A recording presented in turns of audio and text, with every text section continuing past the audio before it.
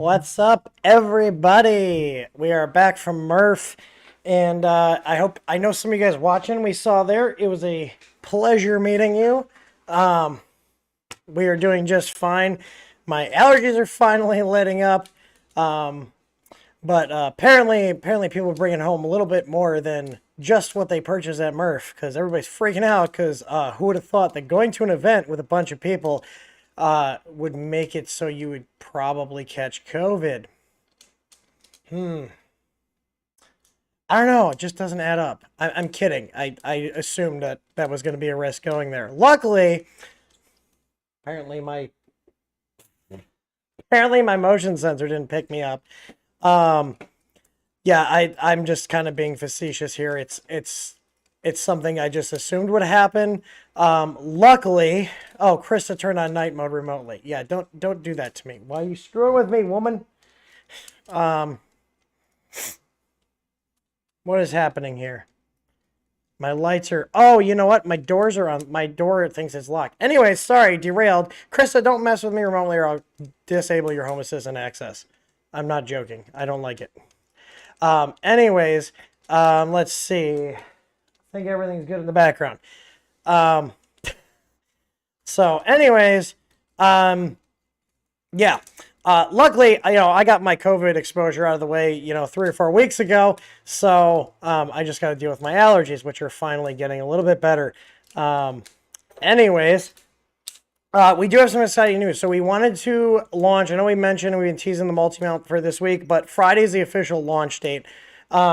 I will be doing a stream tomorrow on my Ender 5 Plus where I'm going to be putting this guy on it with our new Tough Extruder V2. Right here is a direct drive setup with dual 5015 fans and the Easy ABL. This is just a CR10 carriage that I pulled off of a CR10 I decommissioned. I'm actually going to put this on my Ziltech gear, so it'll be another stream. But basically, we will be releasing this on Friday.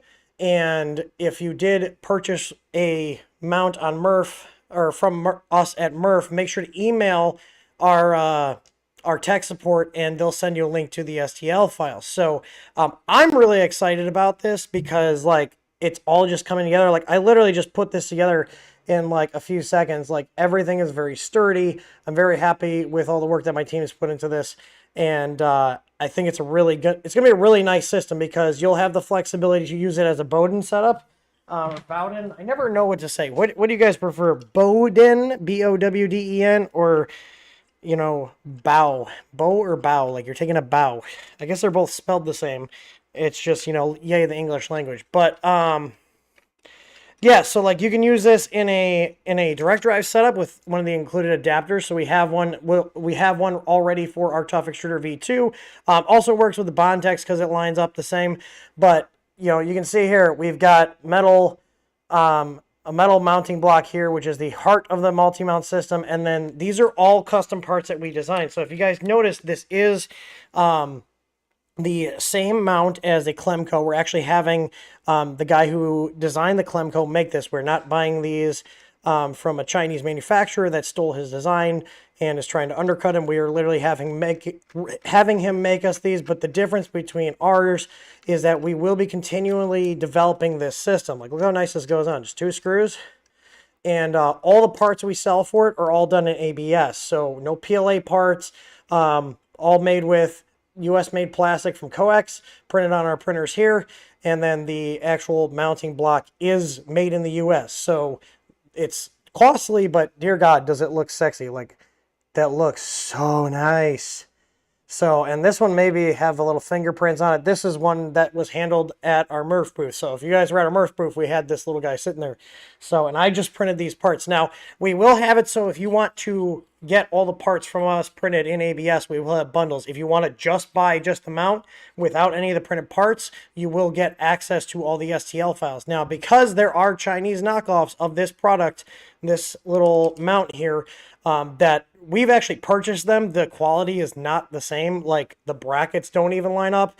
One of them, and you can even see on some of the Amazon reviews for the knockoffs of these Klemco brackets, things don't even line up correctly. So in order to say thanks for people supporting us and purchasing this US made product and all this time we've put into developing all these add-ons and we'll continue to develop, we'll be including all the we'll be including the STLs and access to all future STLs to people who purchase this from us. If you did purchase a knockoff or you purchase a Clemco, we will have it available separately where you can purchase the STL files. We will not be distributing these for free just because I don't work for free and my people who design these parts don't work for free. It's almost like you have to pay people to do work. So anyways, you guys might also be wondering, what the hell does this do? Some of you might know, but this is to put a groove mount hot end on your Creality carriage. Okay. For you guys that have a CR10 V2 or V3 with that weird carriage, we also have an adapter plate that you take the whole hot end assembly off and then you're able to mount this on there. This will fit any Creality style hot end that has those two screws. So the CR10S Pro, the Ender 3s, the Ender 5s, 6s, 4s, 2s, 2 Pros, anything that has that little red heatsink that has those two screws will work. And that even extends to like the Sunlu S8, the Anycubic Mega Zero also have the same exact bolt hole pattern. So basically anything that has a 2 bolt hole pattern, this will fit on, and this allows you to put all those groove mount hot ends. So the V6, the Revo, the Mosquitoes, the Dragonfly BMO, I'm sure there's other ones out there I'm probably forgetting, but it also has full adjustment, if you notice here, to accommodate for if you're running like a standard size block or a Volcano. So like a Volcano is going to hang down further, so we have adjustment here in the actual brackets, okay? And we also have adjustment to raise up the mount, and we do include a little block to set the correct height for a Volcano style block or a V6, but you can actually slide this up and down in the mount. So we have multiple ranges of adjustment. So basically there's tons of ways you can adjust this to get it perfectly dialed in on your machine, whether that's moving the mount or moving the accessories. And like I said, like these are very... like this is very sturdy. So your hot end's going to be mounted metal to metal instead of being on a printed part, which is what really matters. You don't want your hot end moving around on you. I've been using printed parts for hot end mounts for a while, but I definitely prefer metal. So yeah, so Friday, keep your eyes out. We will be sending out emails for this, for all the things after the stream. I'm going to finish doing all the thumbnails and product page pictures and all this other stuff. But yeah, so I'm very excited. Tomorrow I'm going to be upgrading my Ender 5 Plus. So this will be going on my Ender 5 Plus with 2 of our 5015 fans. The 18mm Easy ABL, which is already on there. You might be able to make it out above my finger. It's one of the older red top sensors. And then a Mosquito Magnum. So we pulled out the stops, and I treated myself to a little US made hot end to go with our US made mount here. So I'm excited, but I think it came together nicely. And you know, it's kind of a weird product in that, like, you know, Microswiss has their direct drive system, so now technically we have a competitor for that. So you can use this with a little pancake motor here, which we do carry, you know, for a nice direct drive setup. I do believe my support guy Tor is in the final testing stages for, I think it's a Sherpa Mini. I always forget the name of it. But we will be making additional mounts to put different extruders on top of them, meaning we're going to be buying the extruders, actually fitting them and designing the parts. So the goal is to have this be a system that's going to be around for a while and continually updated.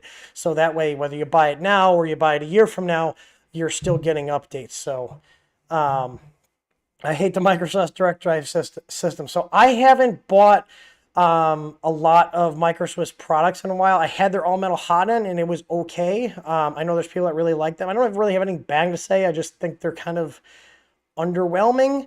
But I think what I'll do, because I see people posting different things, I think what we'll do is we'll make a form on our website where you can be like, hey, I'd like to request this. And basically, once we get enough people requesting a certain extruder that's not ours, because obviously, like, we have support for the one we sell. We don't sell the Orbiter. We don't sell the LGX.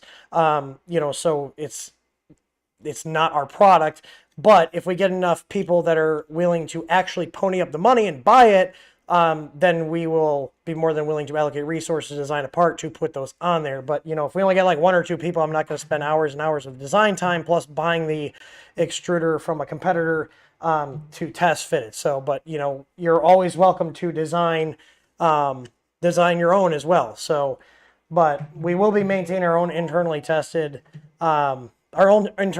parts and making sure, like, we've been literally designing these. I don't know how many iterations they had at this point, but these were very bulky. The Clemco guy did have his own mounts for like the accessory wings. We call these accessories. So you got your left mounted, your right mounted, and it's like based on your looking at. So if I'm looking at the front of the printer, this is the left, this is the right, and then we got the top. His were very bulky, so I was not happy with those. I was like, we need to do better. We need to make this more premium. We need to make this more compact, something that I'm going to be excited to put on my printer, and we're finally there. So, but yeah, I think we'll set up kind of like how we have the Easy Neo. For the Easy Neo, we have the what I'm looking for. We have like a documentation request page, like, hey, I have this board, how the hell do I hook this up? And basically we'll keep a spreadsheet, and if we get like, at least 10 people that, hey, I actually bought this, I want this, then yeah, we'll allocate some time. But, 1 or 2 one-off requests for some niche products is, we gotta allocate our time correctly. So the other thing is I want to make mention here. So the other thing is, you guys might have noticed when you're submitting a ticket, there is now a mention of a priority support option. This is kind of a future use thing we're doing. As times are changing, we're changing how we're allocating our staff in terms of not having people that are just doing one task, and this doesn't just extend to our support people. This is also extending and has been extending like this to our shop people. So basically people doing multiple different things, because as a small business, if one person's out, we can't have everything grind to a halt. So we're kind of cross-training, and we're also having people, do multiple things to all as a joint effort, like this project. I've been very hands-off on this and letting, my team go to town, and I'm coming in at the, at the end and doing the final polishing and testing and touch-ups. So what we're going to do, because I don't know if you guys know this, but support people don't work for free. We're going to still always offer tech support on our products. The difference going forward is that as we get busier, our support times may increase. So we'll have an option where you can basically purchase a higher support tier, a different SLA. If you guys are in the tech industry, basically our included support's going to be best effort. And if we're not inundated, we'll probably get back to you within a day or two. It's typically less than this, but I like to, under promise and over deliver. But if we get to a point where, we're inundated and there's a lot of tickets, that's where things like priority support will come in handy, and it'll be an add-on for a product. And we're doing this, and as an example, instead of raising prices on our products, so we hire more support people, which cost us money. There's a lot of people out there that think that, tech support doesn't cost money because they think people work for free for some reason. But the reality is, instead of raising prices, we're going to give people the option to pay for a faster support option instead of raising prices. So I just want to be transparent. I've been transparent with you guys for, our customers and everybody in general. So there's no, crazy things. So basically, if things are normal, there's really not going to be much difference between the priority support and what's included with all of our products. For example, I had submitted a ticket to, just for, another company example, about a year and a half ago, I submitted a ticket to Prusa because I was having issues with the drivers overheating after a firmware update. They took almost a week to get back to us. We are getting back to people within a day or less. So, if that ends up having to get pushed to a couple days, if we just have a higher volume, the reality is I can't keep hemorrhaging money on support. We're not going to get rid of it. It's just there might be a longer delay, and we're going to make sure that's communicated. So if you guys are wondering what that was, that's us preparing to have that as an option. For example, instead of raising the EasyBoard price, by $20 to cover more expenses because everything's going up in cost, we're just going to have it so, well, you'll get it. We'll get back to you as soon as possible. And then we also have, I am also personally putting more time into finding a better documentation system to make the information we already have easier to find for our customers. So it's kind of a twofold project of optimizing things and just doing, I guess, I hate using the term reorganization because it just sounds so like what's the word? You guys know what I mean, like corporate speak crap. I hate that stuff. Like, we're going to synergize the company. If you ever hear a company saying they're synergizing, they're firing people. Like, but anyway, so yeah. We do have, if you guys have a problem that is outside of like our covered support, basically like if you bought a product and you're also doing other stuff and you're kind of hitting a wall, we do have paid support available. It is $50 an hour. It's a 1 hour minimum, but you can literally, if you just want to sit down with me or Tor or Peter and have a call, we use Microsoft Teams here, so we can do a video call so you can, show us what you're working with, do screen sharing. We do have that. I just want to make that known that we do have that, and we do have time slots available if you guys do need just general printer support. And if you are, in the area, we don't do printer repairs like where you can mail them in. But if you are in the area and you want to get, with us, let me know, because I'd be open to, coming and picking up your printer, fixing it and bringing it back.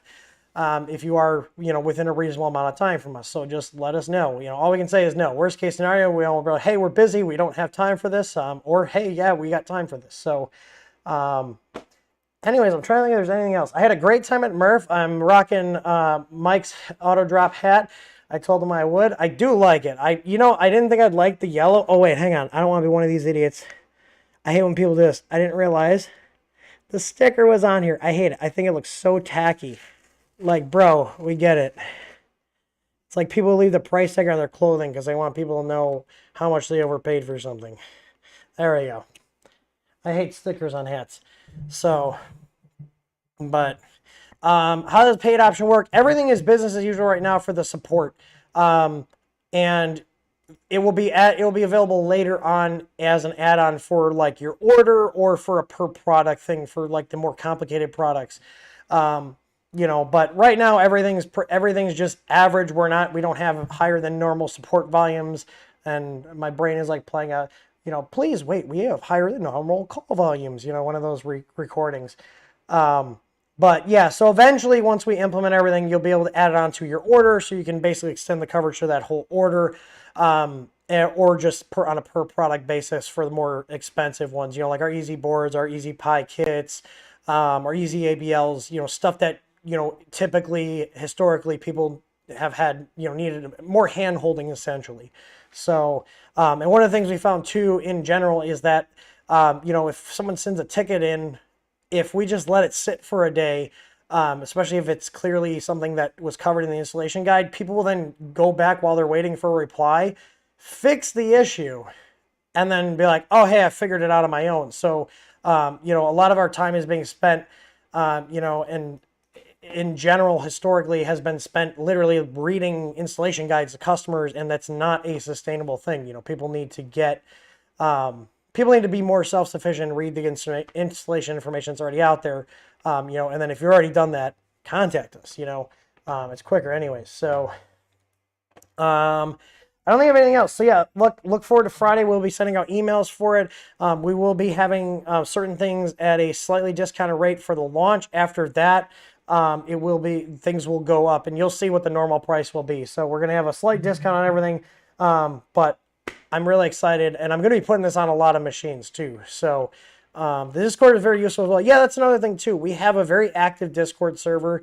I will plug our Discord server as much as we can. We have automated reminders, in the streams here to let you know. But like, our Discord server is very active. There's a lot of awesome people in there. There's a lot of people that just, hang out and, like helping people out with their printers and shooting the shit. So make sure you guys check it out. I'm sure someone will type !Discord and post it in there. But yeah, the Discord server is awesome. Facebook group is okay. We've been wondering if we should just discontinue it because it's really hard to find information. Like, what's the word I'm looking for? Discord is actually easier to find stuff with their search tool than Facebook is. Facebook's search is terrible. So, yeah. That's been, I guess, not a rant, but just kind of updates. I don't have any updates going on. Krista and I did not get the COOF or the human malware, so I didn't think we would because we just had it like 3 weeks ago. So, you know, yay immune systems. But if my allergies could go away, that'd be great. But the giveaway should be active. Is Makerform dead then? Yes, I killed off Makerform. Glad somebody asked about that, but nobody really is it. I posted a post on Makerform. Makerform was a personal like project of mine that I was working on. It was just kind of a forum, but this is the second time I've tried to do forums. We had a TH3D forum and it ended up kind of phasing out. Basically, if I wasn't actively pushing people towards it, which I don't have time to do, it wasn't getting used. You know, I wanted to have a website to have like a place where you could host files, you know, instead of Thingiverse, and host printer profiles. But no one used it. So I've made 2 attempts now, one under the company name, another under just, you know, a side project for myself. So, and plus it was makerform.tech, and that domain name registration went to like $70 freaking a year. And it was coming up in a month to renew. And I was like, I'm not spending the money on it. It's not being used. So yay ADHD, but I made a post on the forum asking if anybody's still active here, and it took like almost 2 weeks for anybody to reply to that. So that alone was enough reason for me to realize, yeah, just kill it off. So I'm done trying to do forums. It's sad that no one uses them. I much prefer forums because they're actually easy to recall the information. But I will get into the questions. I did see people asking about some of the multi-mount stuff. So I'll just give you guys like a little sneak peek here because we're going to be posting these files later, hopefully. There we go. It's the right screen. So I'm just working on the product pages here. But I can pull up, let me pull up my... let me pull up the STL files and show you guys what mounts we have. So if you guys haven't used Canva, it's freaking awesome. If you just need a lightweight photo tool, but you know, I got our little logo here. So you'll start seeing that little multi-mount. That's our logo for the multi-mount. I'm going to pull up the STL files and show you guys what we have so far. Source, here we go. So these are all files that we're going to have in the package. These are all stuff that we designed. The only thing we didn't completely redesign from scratch was the wire management here. And we just beefed this up because it did have like basically a point here where it could get very weak and snap. So we did improve this. This came from Clemco themselves. But this is a nice strain relief if you're not doing a direct drive. So this would sit on top of the multi-mount. And there's also a strain relief clamp. I believe that's this right here. For some reason, that's not coming up. Hey, Tor, see if there's an issue with this STL. Anyway, so we got the direct drive. This supports the BMG and our Tough Extruder V2. That's what I showed here. And then we've got here for the V6, if you run a 40 millimeter fan, we also have a fan duct here that just clips right on. This was designed by us, tested by us. It's very nice fitment. It snaps on with a nice satisfying click. We also have different variations for different configurations. So right now we only have the 50-15 fan, so you will need to upgrade your fan. Personally, I think you should if you're going to be doing a whole hot mount upgrade like this anyways. So we got left and right 50-15 only options. So you can run one fan, you can run 2 fans. We also have, if you're running a BL Touch for some reason, we also have BL Touch mounts for the left and the right. And we will get all the sensor offsets so you guys don't have to sit there and measure them. But we also have, you know, if you just wanted to run a 50-15 fan and an easy ABL, we've got this for the left and right. So we basically have every option for the left and right, whether that's a 50-15 fan or a 50-15 plus an easy ABL or just a BL Touch. We do not have a 50-15 plus BL Touch. It's obviously low priority. Just because we don't sell a BL Touch, but maybe we'll do one later. But this is my favorite one, and Tor did this. Tor was working on this, and if you guys notice here, this is the micro, which is our 8 millimeter probe that we came out with a couple months ago, and this stashes the probe like just kind of off there with the 50-15, so it's actually as close to the nozzle as we can get it. Without getting in the way of anything. So it makes it very close. If you guys did pick up a micro probe, this will get you slower offsets. So like just for a comparison of the two, snap that over to the right here. So This would be the equivalent of the 18 millimeter. So you're going to be able to probe a little bit more of an area with the sneaky mount, as Tor calls it, than the other one. So, and I'll just show you guys here. I'll pop them in the slicer so you can see a direct comparison. You can see the size difference here. So these are the same duct, just with the ABL whacked on there. So if I overlay these, you can kind of see where the offsets are. So there's your micro and there's the 18. Now they're both going to get the job done. They both are going to serve their purpose. But if you're somebody that likes a more compact setup, we do have this as an option, which is what I was envisioning for the micro probe, was being able to hide it in a mount. So yeah, I say something about 4020 fans. Yeah, like we're looking at sourcing 4020 fans mainly as OEM replacements for like certain control box ones.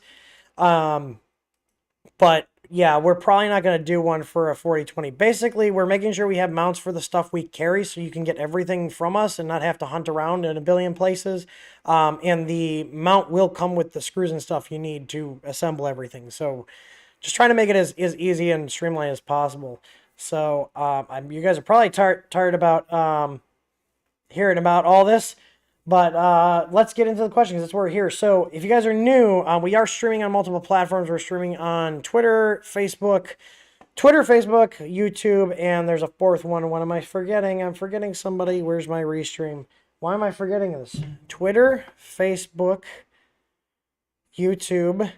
What's the fourth one? Oh, Twitch. How could I forget Twitch?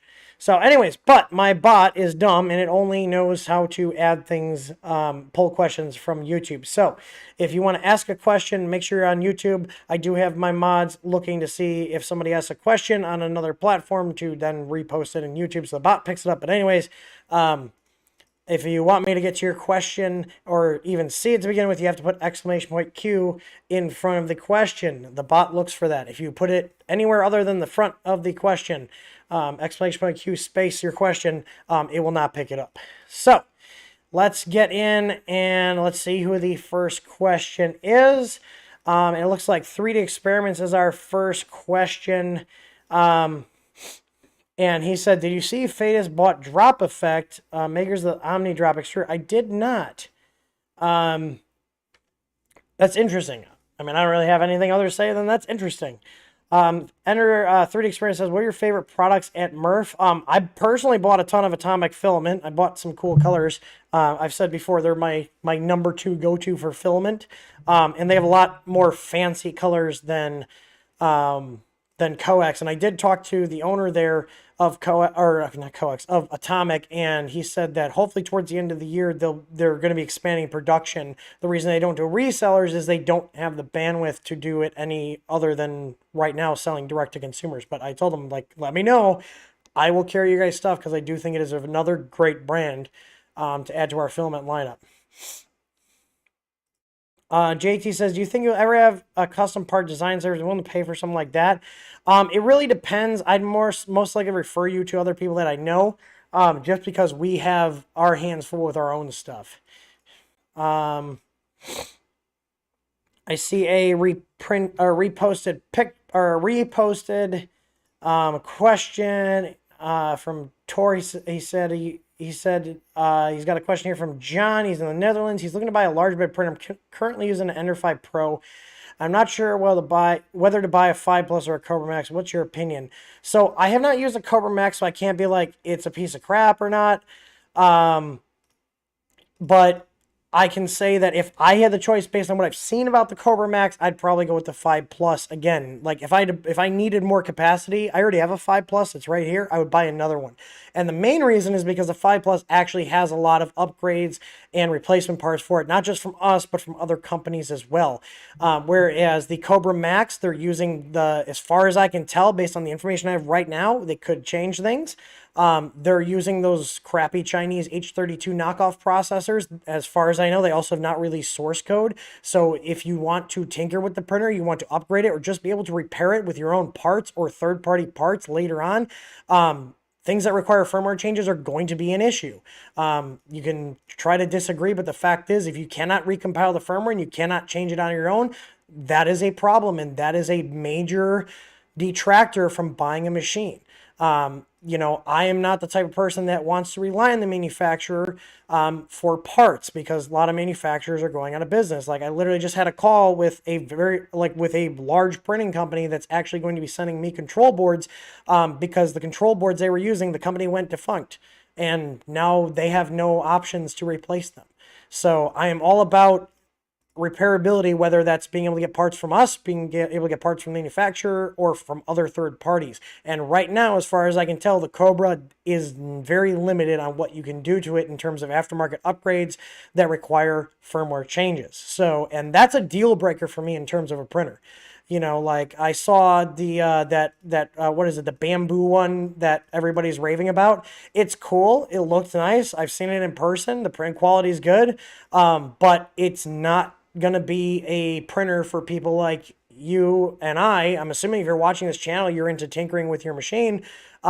It's not geared towards people like us. It's geared towards the plebs that want to just put filament in and not have to think about what the printer is doing. The funny thing is, since we're on the topic of that, Bamboo is posting hiring tech support people, and one of the requirements is that you had to have bought a printer on their Kickstarter. So they're so cheap that they're not even going to give their own tech people printers so they can become familiar with their product. Me, on the other hand, we give all of our products to all of our tech support people, and if they want to order stuff for, R&D or just for funsies, we let them do that. So, yeah, I mean, there's a place for printers like that. It's cool, don't get me wrong, but I don't want to be locked into their ecosystem. I don't want to be locked into their proprietary parts, and they have a ton of proprietary parts, and they know it's an issue because they have articles on their website trying to justify why they're going with proprietary parts and making it hard to repair the printer. So basically, printers like that, yes, even if it works great out of the box, it's a machine. It's going to break. It's going to have the same issues that we have with these low-cost machines. Again, there's a market for that. So don't take this as me as saying it shouldn't exist. It absolutely should exist. Also, capitalism, I very much believe in it. And there are people that they don't care. There's, people buy Teslas, and I will not buy a Tesla because they're anti-right to repair. I have respect for, for Elon, how he runs his company. He's a successful business person, but I don't buy stuff that I can't repair. It's why I don't buy Apple. But that's another rant for another day. So anyways, Michael Britton, are you going to offer different colors of the new mount? So the mount itself is only going to be offered in the anodized blue, and the parts that you see here are only going to be offered in black ABS. We will not be doing different anodized parts because this is very costly to do as is. Like, we are making these in the U.S. These are being machined, finished, and anodized in the U.S. So to keep costs as low as we can while still making it here in America, we're only going to have one color option. Now, if you wanted to have the parts printed in a different color, it will be more expensive than buying, because we're obviously bulk printing these. We have a whole print farm. So we load up a whole bed of parts. We print out a ton of mounts. It's a lot more cost effective. It's a lot less labor intensive to bulk print. But if you said, hey, Tim, I want these all printed in bright pink ABS, we can do that. It's just going to cost you a little bit more because it would be treated as a custom print job. So, yeah. So if you wanted the printed parts in a different color ABS, we can absolutely do that. I have a whole collection of filament back here. So, if anybody's wondering and you're watching this, you're like, I want Tim to print me something. This shelf right here, I believe I have these sorted. These are ABS. This is all my PLAs, but I can also obviously get whatever you want.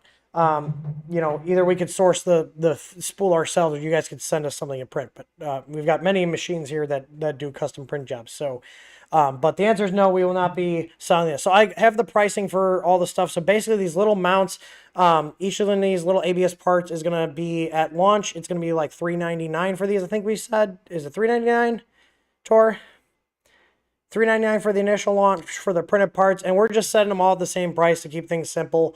You know, even if the part's slightly bigger, it's easier that way. And I think it'll be like $5 for the normal stuff. So we do print all these with supports. These are finished parts, so you're not going to be pulling supports off. You're not going to have to be doing any post-processing. Just put it on. We're doing all the post-processing.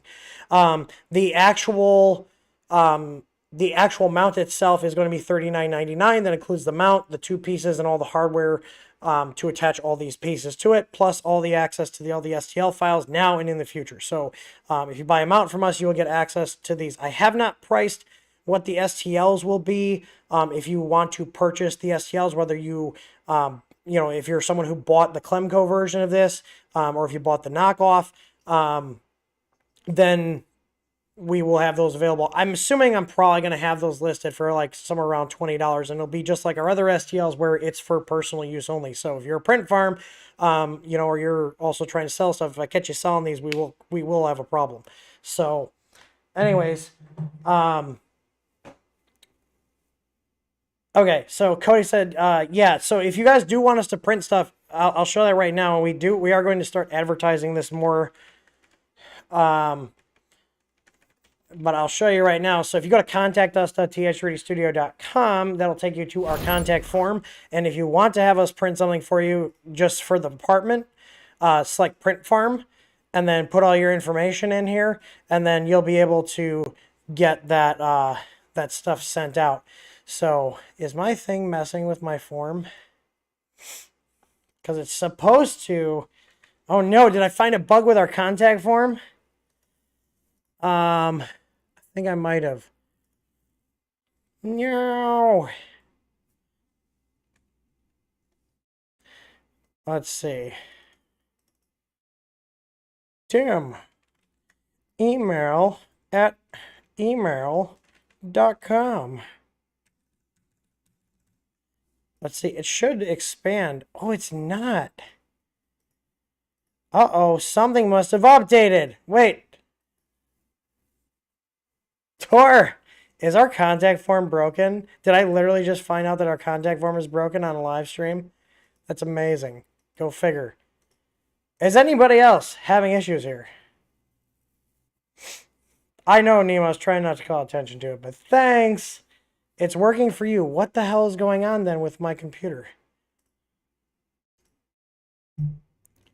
Why is this not working? It's working for you.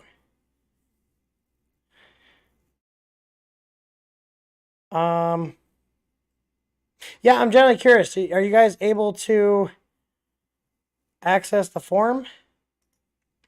What the hell? Why am I not having it? Why am I not able to do it? There it goes.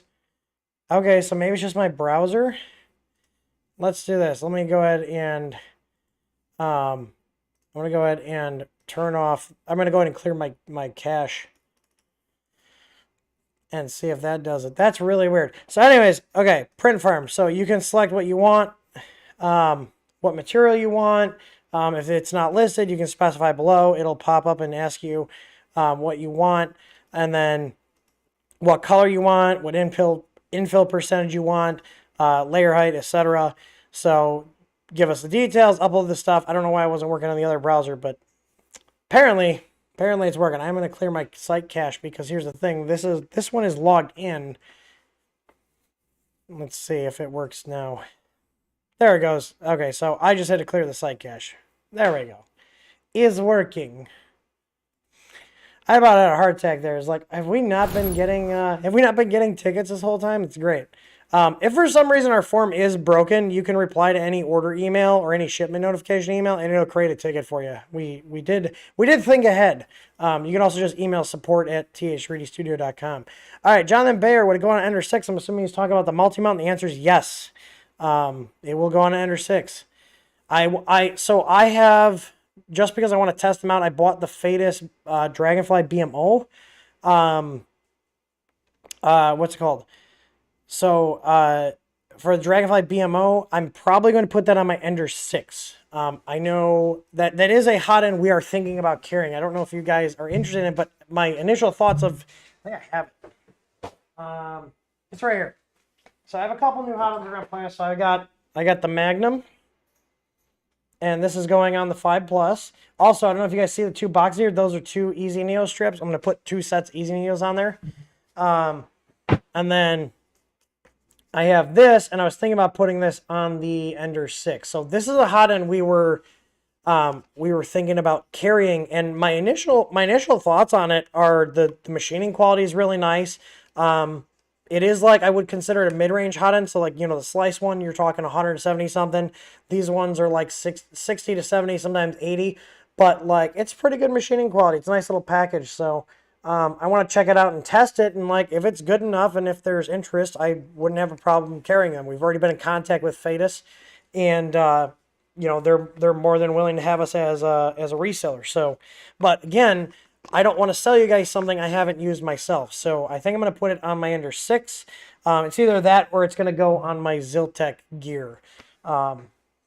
Because my Ziltech gear, I do not like their stock hot end setup, and I'm going to change out. So this Creality carriage that I was using for the demo at the show is going to go on my Ziltech with a multi-mount. So, all right. Next question. Chief Voice says, "Well, work on the Ender 2 Pro with the Micro Easy ABL." I'm assuming again we're talking about the multi-mount. The answer is yes. So the Ender 2 Pro uses the same Creality hot end. So basically, the main thing this needs to bolt up are these 2 screw holes. So if your hot end is the Creality style, it's got those 2 screws. This will bolt up to it, and there's a lot of adjustment. So even if it's not specifically designed for your machine, you know, it'll work. So, Nadav, can I pay extra to get support from on your ticket? Maybe, kind of. I thought about doing that, but the thing is, myself, like Peter and Tori have a lot more time, so they could probably do that. You can specify who you want to work with. But in terms of me, I get, you know, pulled off of things all the time.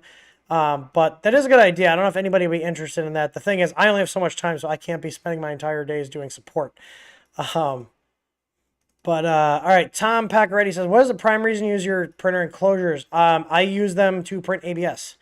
So, and we do have the ones in stock right now for the Ender 6, which you can see right behind me there.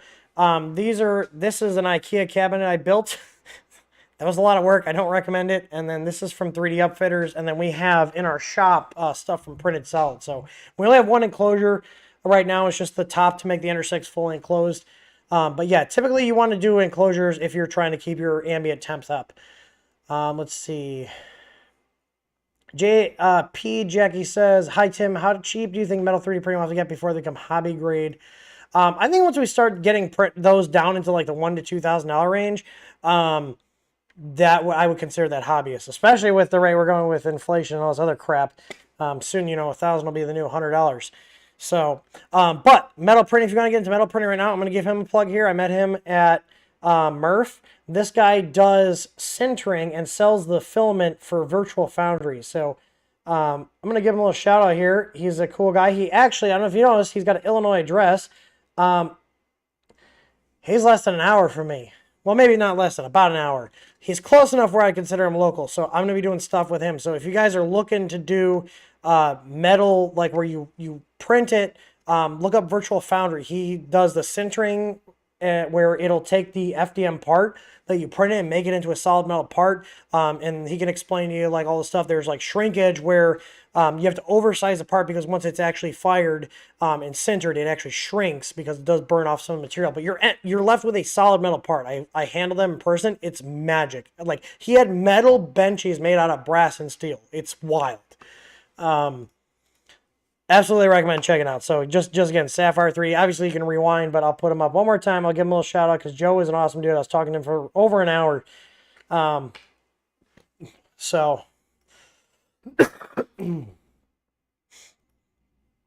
all right, so Mike Britt, are your models designed for printing without supports and orientation for printing?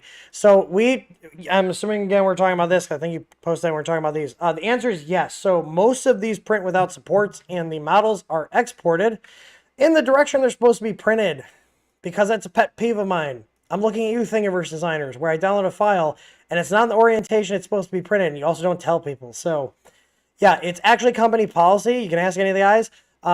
Like I will get actually pissed off if if one of my guys designs a file and doesn't export it in the correct direction, because it aggravates the living shit out of me. So it is actually company policy that any files that get exported have to be exported in the direction that they're meant to be printing, or meant to be printed in. And we also do little things like we'll do like a slight chamfer on the edge that contacts the bed. So if you have an slight elephant's foot, you don't even see it.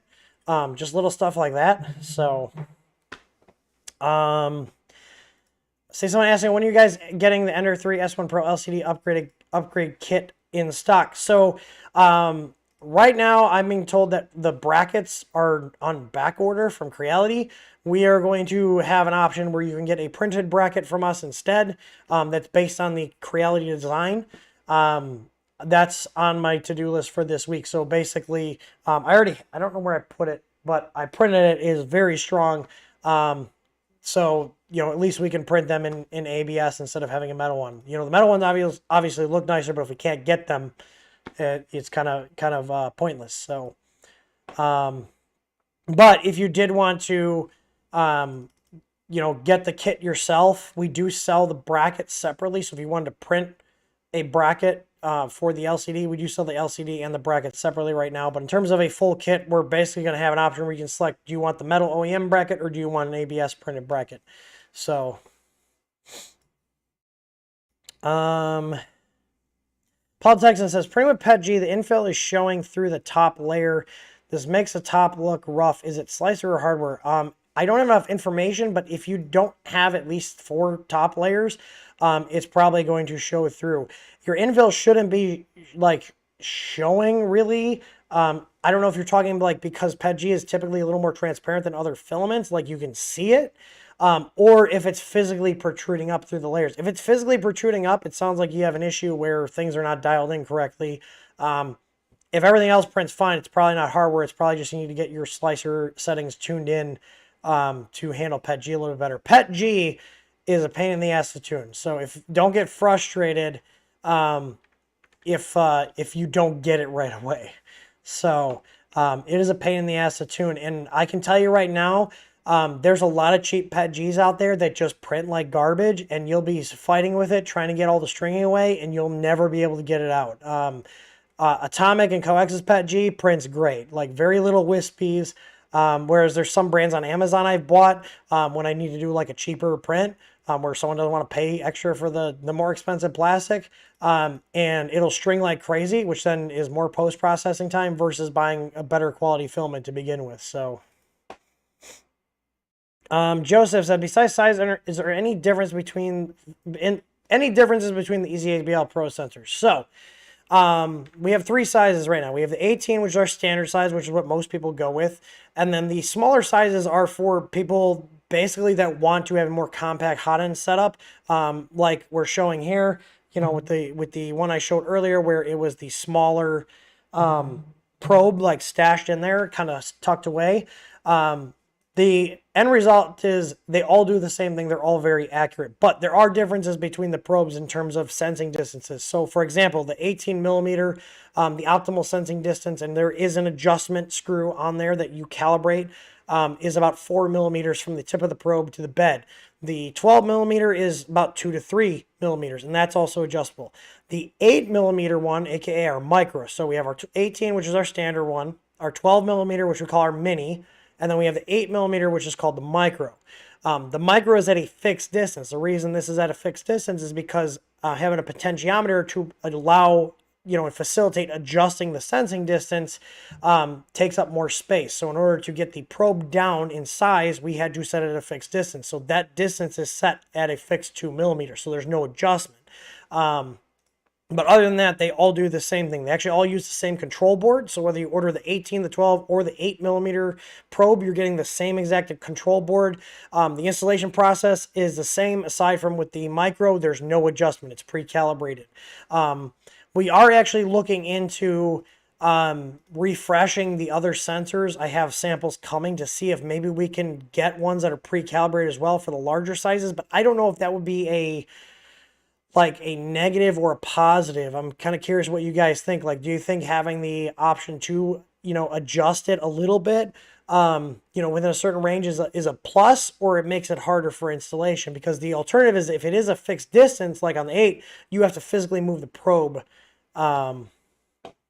Yeah, like it's interesting. All right. 3 Experiment says, if you can get the Dragonfly Ender 6 with a good 50-15 mount extruder, I'm very interested. So many mounts on Thingiverse are wonky. Yeah, this will do that. There we go. This will do that. So, I think, because here's the thing, my Ender 6 is printing. It's already got an aftermarket mount. I think the order of upgrades for me is going to be 5+. So tomorrow we're going to do a video where we're just hanging out, and I'm going to be working on my printer. It's going to be more in the evening. I haven't set a date, but look, we'll send it out. And then I really like my Ziltech gear. I'm just not a big fan of the hot end setup, and there's really no aftermarket cooling solutions for it that don't look like literally boxy designs. There's like one guy that designed some aftermarket mounts for it, and they're atrocious. They're terrible. Sorry if you're watching for some reason, but I'm just being honest. They're terrible. They're huge. Like, your fans are like six inches from the damn hot end. It looks ridiculous. I saw some guy with them at Murph, and it just looked like an abomination.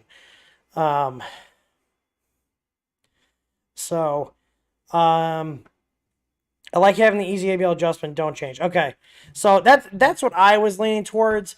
Because like the 18 and the 12, they do have a range where they're very accurate. The 18, I think the data sheet, the official detection distance is 1 to 10 millimeters, but at the extreme ends of that adjustment, so 9 to 10, 8, 9, 10, and 2 to 3 or 2 to 1, it's not super accurate. That's why we have it calibrated at a certain distance, because it's very accurate at those certain distances.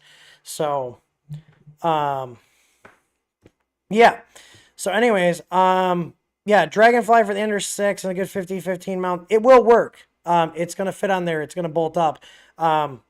I don't want to break that. I do actually use that for parts. That actually printed these parts in ABS. So, but yeah, Dragonfly Ender 6, 50-15 mount, and an extruder, whether it's direct drive or Bowden. This is exactly what you're looking for. So, and the goal is too, like, obviously this is intended for use with, these style carriages where you have the 2 screw holes here, but I'd like to think that if there are more popular printers that come out that need a different, need an adapter bracket like the CR10 V2 and V3, I wouldn't be opposed to having them made as well, getting them machined. So, let's see. Ken Cunningham, what do I need to know about a drop-in board to go in my stock CR10 in terms of using 12 volts? I'm just considering the easy board for it. Don't want to burn anything. Mismatching up some 24 volt board to my 12 volt printer. So, our easy board will work on 12 to 24. It is literally a drop-in replacement. The only thing I will recommend is if your stock CR10 does not have a MOSFET. Most of them came with them. I'm pretty sure all of them, aside from maybe the Mini, I can't remember. Most of them with the separate control backs, the OG CR10s came with a separate MOSFET for the bed. While the easy board will handle it, it's always a good idea to offload it. The 12 volt printers, they pull a lot more amps than the 24 volts, even though they're the same wattage. It's, different amps, so thicker wires. But yeah, the CR10, the easy board is going to be a great drop-in replacement. And if you need help with it, we have a team here that will actually get back to you. And they're here in the U.S. and they speak English. So, and they're nerds, so they actually know what they're talking about, because we literally do this stuff. But yeah, in general though, if a printer board will run on 24 volts, it will typically also run on 12 volts. Now, I'm sure there's some boards where this doesn't apply, but in general, like the Creality boards, our boards, and other brands, they typically will work on 12 if they also work on 24, because the components can also function on the lower voltage. Now, where you need to really pay attention is there's some older Creality boards where when Creality was only making 12 volt printers, if you put them in a 24 volt printer, the caps will blow out on them because they are not rated for anything past 16 volts. Creality started making their boards 12/24 volts in the last couple of years. So, but some of the really old like Melzi boards from Creality and some of the old 2560 boards, if you put 24 volts into them, they will blow their caps out because they're not rated for that high. I see Marcus Lumball saying, is solar printer something you recommend? Absolutely. I think their machines are pretty good. I just gave the SV02 to Peter when he was in, and he's going to be doing some dev work. This is going to be the first printer I've handed off to one of my guys to tinker with and make things for. It's been sitting here since the end of 2020, and he was here. I was like, dude, take it. See what you can do with it. Craig Williams, if I install an EasyBoard 2 on my Ender 6, what Unified 2 firmware should I install? You'd want to use the DIY one. We do not have official support for the Ender 6. So the board will physically bolt up, I'm told. Multiple people have done this conversion because the stock board is hard to find.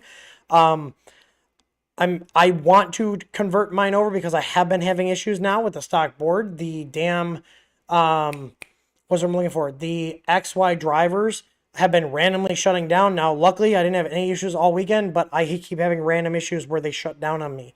And I've already checked all the cabling. So there might be like an official, unofficial support for it. Like a, hey, do it at your own risk. And if I do it, I will do a live stream. So please don't ask me when it will be. I have to get through this, and then I have to get through the Ziltech, and then maybe that one. But we also have a bunch of printers here too. I do have an Ender 7. That's going to be the next one I want to work on. But yeah, if you're wanting to do anything that's not an officially supported model, use the DIY firmware.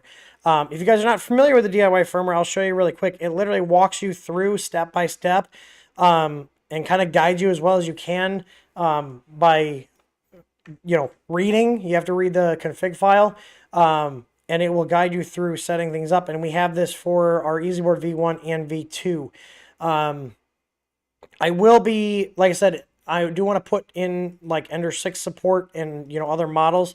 And one of the things I want to be clear is that, like, since the V1 is discontinued and we don't sell it anymore, we're probably not going to be adding more printer models to those configs for that firmware, just because it doesn't make sense to keep adding more machines onto a board we don't sell anymore.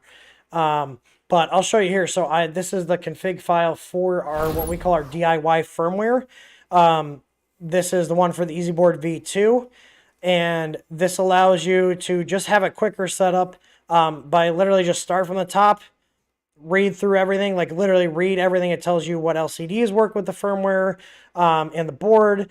This to guide you through putting your print area in, changing your motor direction. So basically what you do is, enter in what your basic settings here, and then you're going to want to go ahead and just check. Usually what I'll do is I'll move my X 10 millimeters, and if it goes the right direction, I know that one doesn't need to be changed. Then I do the Y. If that one needs to be changed, I'll come back, I'll go back, I'll literally turn to my computer, I'll have the printer here, I'll turn, okay, Y needs to be a true instead of a false, I'll check the Z, okay, Z needs to be a false or a true instead of a false, and just step through this. Same thing with end stops. It tells you right here, test your end stops with M119 command by sending it to the printer over USB. When a switch is pressed, it should show triggered.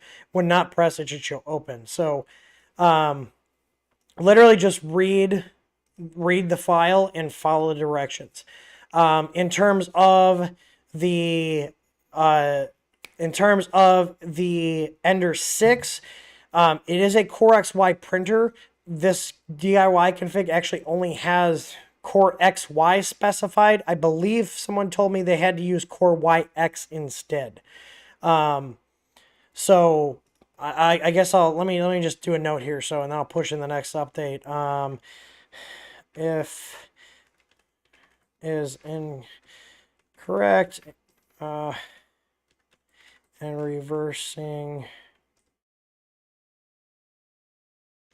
your X and or Y direction does not fix it. Use Core YX instead of Core XY. How's that? Because basically, to determine if you need to use YX or XY is if you're reversing the X and Y direction up top, and it's not, still not working no matter what you do, you need to tell it that it's a Core YX instead of XY. It's still technically a Core XY kinematic. You could also switch the X and Y plugs on your board. There's a bunch of different ways to do it. You can do it in software, you can do it in hardware. Yeah, exactly. So, but that'll be in the next update. How's that? What's my other one? I think I have. Where's my other? I'll just add this into all the DIY. I think there's mention of Core XY in the V1. But the thing too is, even if you use the DIY firmware for our Easy board, you can still use the web Easy firmware compiler to compile this. You would just save this file, edit this on your computer, and upload it to the compiler. So if you go here and go upload config file, once you've made all the changes on your computer, you can upload the file, tag it, and then tell it what board it's for, and it will compile it just like you did here. So you can still use just Notepad++ on your computer and still take advantage of this. Like this, I do not even use VS Code to compile for my Easy boards on my own computer. I use our website compiler that you see here, and this is provided free of charge to all Easy board customers. This is only for the Easy board because this actually takes a lot of horsepower to run. There's literally a $5,000 server sitting in a rack in my basement here that runs this software, and that's what allows it to crank out a compile in less than a minute. So you can see here, like, just look at the timestamp here. At 9:43 it was submitted, 9:44 it was done. So I guarantee this server is going to compile faster than any of your guys' computers because it's literally a 3960X Threadripper. Give me 1 second.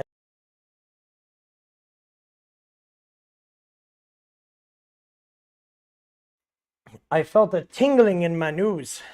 But yeah, so I'll like literally here. I'm literally going to make a GitHub post or push here.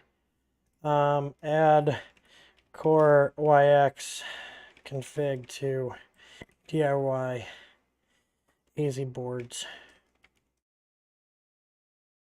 There we go. But yeah, you can also, like Craig, if you have it right now, just literally change this to YX. It'll do the same thing. So there we go. Anyways, you guys are awesome today. I like the flow we got going here.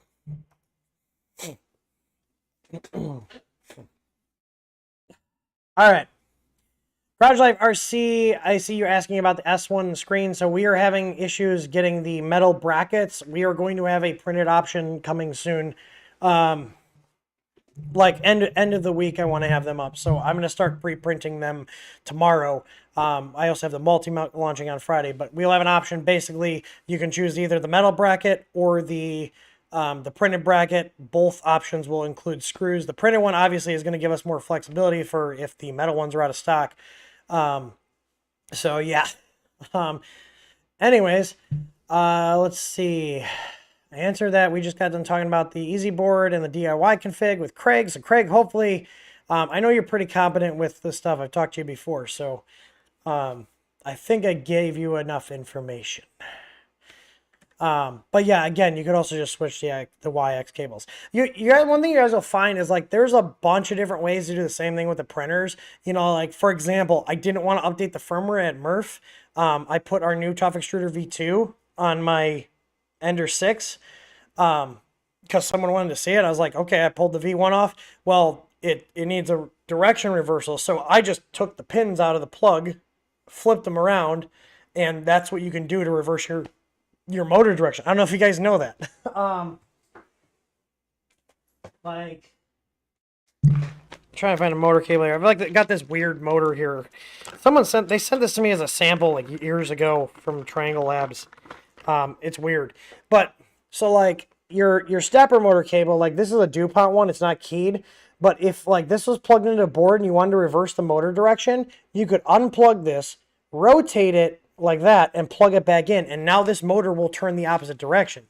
So, I mean, there's been times in a pinch where I'll just pull the plastic shroud off of the pin header on the board, so I can put the plug either way.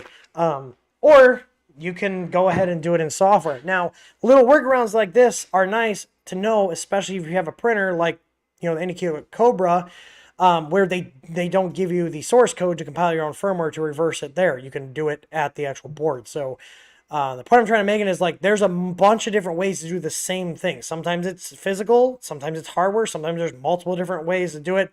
Or sometimes it's physical as in hardware changes, sometimes it's software, sometimes you can do both. It really depends on what you do. You just got to remember which one you did, because now I got to remember that that printer, the e-motor is technically reverse of the stock one, but the chances are I'm probably just going to leave it like that for a while. So, and I saved my config files. The one thing I will tell you guys, this saved me a lot of time, is on your computer, if you have a NAS, even better, I keep mine on my NAS, is make a folder and keep all your printer configuration files in there. So that way, when you go to update in the future, you can go back and look at what you did. Like, oh, what pin file did I put my EasyNeo strip on? Oh yeah, it's on this one because I saved it. Sorry, my nose is very tingly.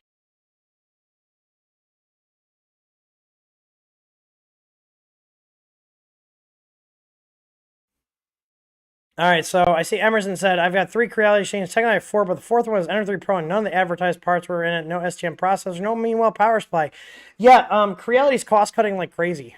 So, yay. All right, Mike V, will the 18mm work on the multi-mount with the Ender 5 Plus with the Mosquito? Yes, that's what I'm putting on mine. Multi-mount, 250/15 fans with a Mosquito. And I'm doing direct drive. But yeah, you can do Bowden too. Let's see. 3D Experience was talking about the tripod. Ender 3 Pro-ish. They should just call it, you know what, honestly, they should just call it the Ender 3 SE. You know, or like the CR, like the cost-reduced one, or, you know, I don't know. So the CE version, China edition, you know, it's cost cut. Kip the River, is there a community for users with EasyWare V2? I have some firmware questions. Cannot find much info on discussion boards for V2 users. So, you're probably used to dealing with the Chinese printers that or boards. You can contact us directly. The other thing would be if you want to use a community, the Discord server for TH3D, so discord.th3dstudio.com. But if you have some questions, send us a message. You know, the only thing that we're not going to be able to help too much with is anything that's not our firmware. So if you're like using like Vanilla Marlin, we usually help with, but if you're one of these people that's trying to figure out how to use Clipper, we do not support Clipper just because it's too much to deal with. Do I have to add? I see Cody. Guys, you need to put exclamation point Q in front of there for the bot to pick it up. But I did see Cody here. But yeah, 3D Experiments. So you have an Ender 6 replacement order. Anything I do to lube / maintain them? I would just say take them apart and clean them. Mine have been holding up pretty well. So Clipper is awesome if you have nothing but free time and no social life. I will say, I walked by the Voron booth at Murph, and the people at the Voron booth looked like they should be at the Boron booth. I got a nice chuckle. Matt Mudib.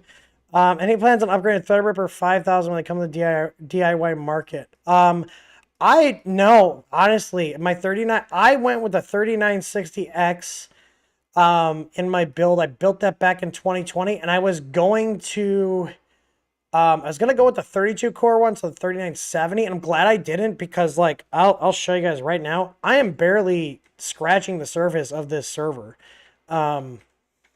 It's not using much at all. I was closing out my stuff here. I have updates. Of course I have updates. I'm running Windows Server. Why would I not have updates? So yeah, so here. This is why I will not be upgrading. Like, I have right now, this is just running as a hypervisor. I like GUIs. I don't like being a masochist. So you guys that are like, you should use command line, I don't care. I do not give a single shit about overhead, because look at this processor is literally sitting at like 10% CPU usage. Okay. I have 1, 2, 3, 4, 5, 6, 7, 8, 9, 10, 11, 12, 13, 14 VMs running on here. 2 of these are camera servers. So you see Hack DVR and TH3D DVR. These are Blue Iris boxes. These are processing like 20-something camera streams right now. Look how low the usage is. It's nuts. I thought I was going to need I thought I was going to need more horsepower. I don't. I did go overkill on it, but look at we're literally sitting here. The funny thing is, I'm gonna show this. So I'm gonna do a compile on the easy firmware, and you'll see the core spike. And I only have 50% of the I only have 50%, 50% of the processor allocated to the VM for the easy firmware. So the easy firmware is in its own VM. Everything's behind a proxy server. My background's in IT, so just in case you guys were wondering, it's like, you're into 3D printing. How do you know so much shit about servers? Because that's what I did for my day job for years. All right, so watch. I'm going to put this into the queue. So watch the CPU utilization in a sec here. Once the queue picks up the compile. Give it a sec. There we go. We're getting into the compiling stage. There it goes. There's a little spike. And it sits there for, I don't know, about 10 seconds. And then it'll drop off. There we go. It's wrapping up. And there we go. Now the firmware's compiled. So even then, it's actually not even using all 50%. It's getting close. So, but yeah. So the disk, you guys are probably wondering why I'm not running RAID. I am doing it at a software level. And I'm not actually doing RAID. I'm doing duplication. So yeah, I do have a lot of disks on here. And most of them are passed through to the virtual machine. So, but yeah. I mean, I got 192 gigs of RAM on here. I'm barely even touching this. But yeah, the CPU, yeah, it looks like there was another compile that just went through. There's a little second hump there.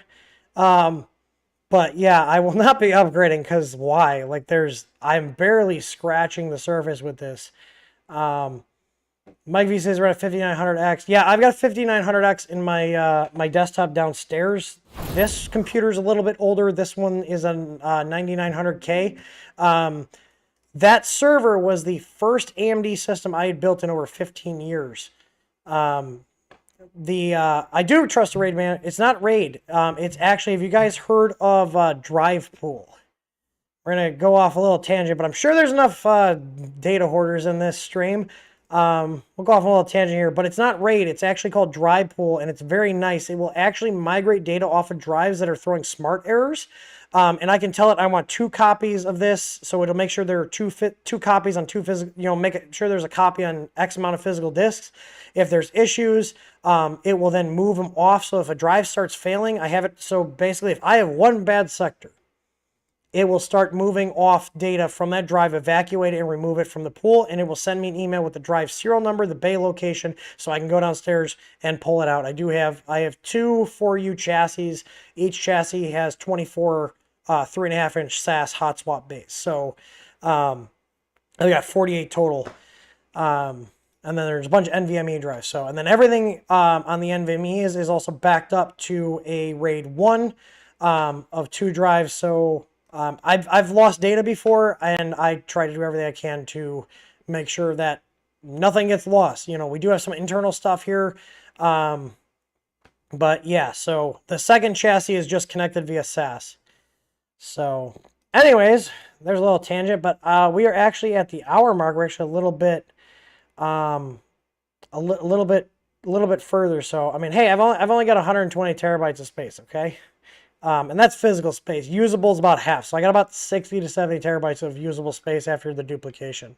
So, but I am a data hoarder.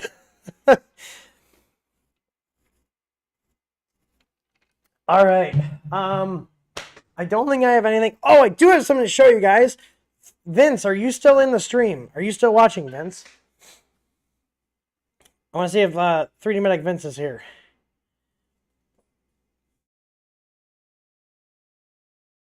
Dun, dun, dun, dun. Tripod went through 800 rounds of ammo. So Tripod took Sam Prez and gave him the America experience and took him to a gun range on Monday. And I saw I saw the videos, and Sam looked like he was having one hell of a time. So I also saw a bruise from shooting him. Show the Murph hat. Oh yeah. Here we go. Krista went around and got one of our hats signed. Here. You guys want to check that out? Light burn. We got auto drop mic. Ken from Obico, which is the spaghetti detective. I don't know who this is. Who is this down here? I can't tell. Should have taken the snapback sticker off. But yeah, there we go. Sam Prentice.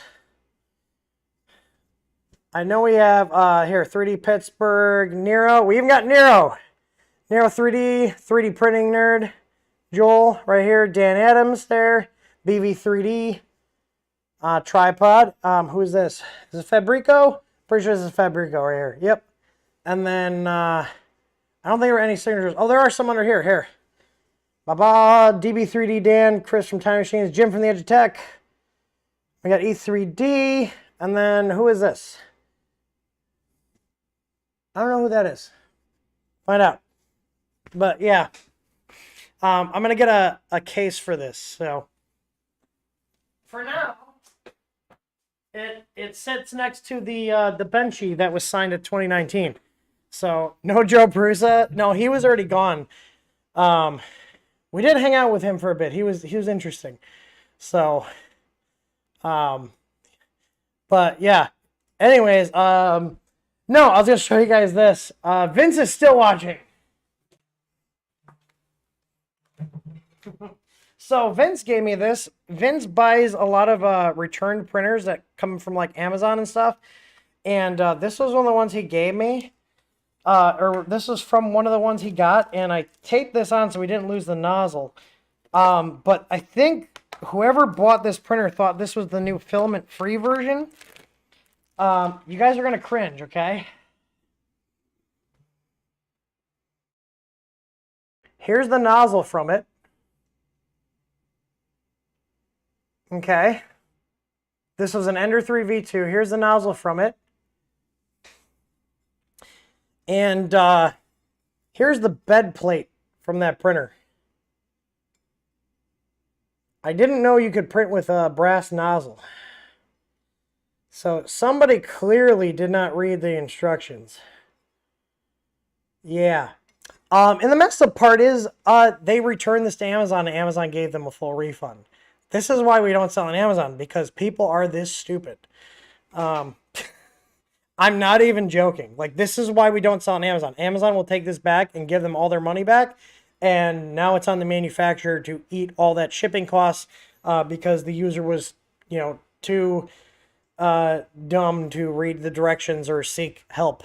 So, yeah, he was going to throw it out. I was like, I want this just to show off. Like, that is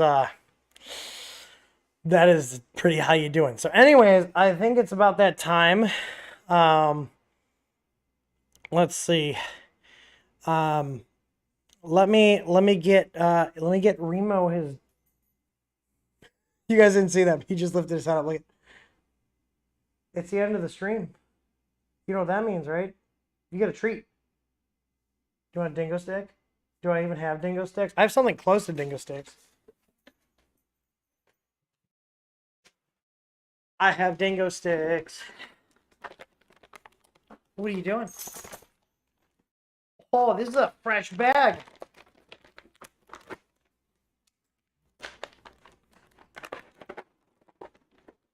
Okay, come here. Come here. Sit. Sit. Speak. Come here. They gotta see you. Come here. Come here. Sit. Speak. Shake. Good boy. Sit. Touch.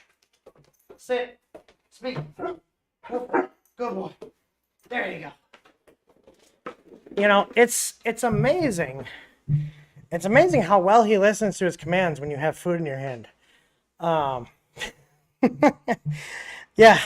So anyways, I hope you guys enjoyed the stream. I will see you guys on the next one. Like I said, look out for Friday afternoon. We're going to be dropping the multi-mount system. Like I said, I will be working on getting a 3D printed alternative to the Ender 3 LCD bracket. So if you guys are waiting on the Ender 3 S1 LCD kits, you'll be able to order them with that option. We will try to get the metal brackets back, but we do want to have an alternative so we can actually get those out, because at the end of the day, the printed ones do the same thing the metal ones do. You know, obviously just a preference, but me personally, I don't care which one it is, in terms of like metal versus printed, as long as it works and it looks decent. So anyways, I will talk to you guys later. If you haven't already, make sure hit the like and subscribe and ring the bell and all that other YouTube crap, because they like that stuff. And yeah, this stream and all the stuff we do here is funded by you guys making purchases from our store. We are going to be looking at doing stuff to try to get additional revenue through like Patreon, that kind of stuff, but we don't have that set up right now. But anyways, go spend some money on our shop, get some awesome stuff. Friday we'll be dropping more awesome stuff. Tomorrow we'll be doing a video putting said awesome stuff that's coming out on Friday on the Ender 5 Plus. If you want to see that, come hang out and chill with us. That will be a later stream. You know, probably I'm thinking probably around like 7 or 8 o'clock Central Time. So, but we'll solidify that later today. So, anyways, I will talk to you guys later. I'm looking for my button. As always, happy printing.